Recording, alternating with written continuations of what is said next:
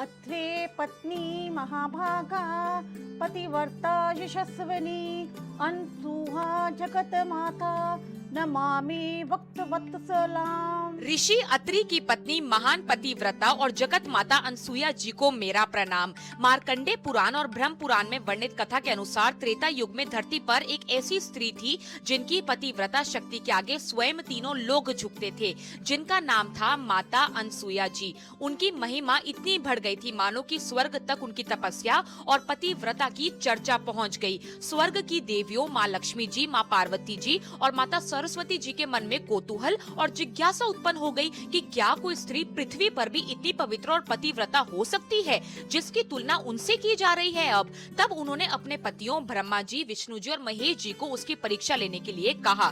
फिर एक दिन स्वयं त्रिदेव साधु का वेश धारण कर माता अनसुईया जी के आश्रम पहुँचे। उस समय उस वक्त ऋषि अत्रि जी पूजा के लिए आश्रम से बाहर गए हुए थे।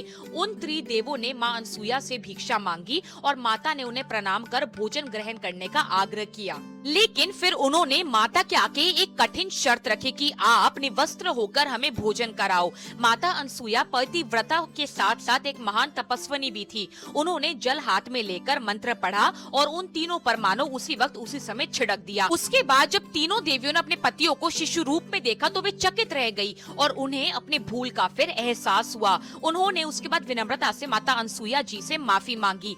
तब माता अनसुईया जी ने त्रिदेव को उनके असली रूप में लौटा दिया। इस पर प्रसन्न होकर त्रिदेवी ने उन्हें वर दिया कि हम तीनों अपने अंश रूप में आपके यहाँ एक पुत्र के रूप में जन्म लेंगे। और फिर जन्म हुआ दत्तात्रेय का। इस कहानी से हम सभी लोगों को यह सीख मिलती है कि जब शुद्ध मन और अटूट निष्ठा से जब भगवान की पूजा करी जाती है तब भगवान भी प्रसन्न हो जाते हैं। पतिव्रता स्त्री में इतनी शक्ति होती है कि पूरा ब्रह्मांड उनके आगे झुकता है।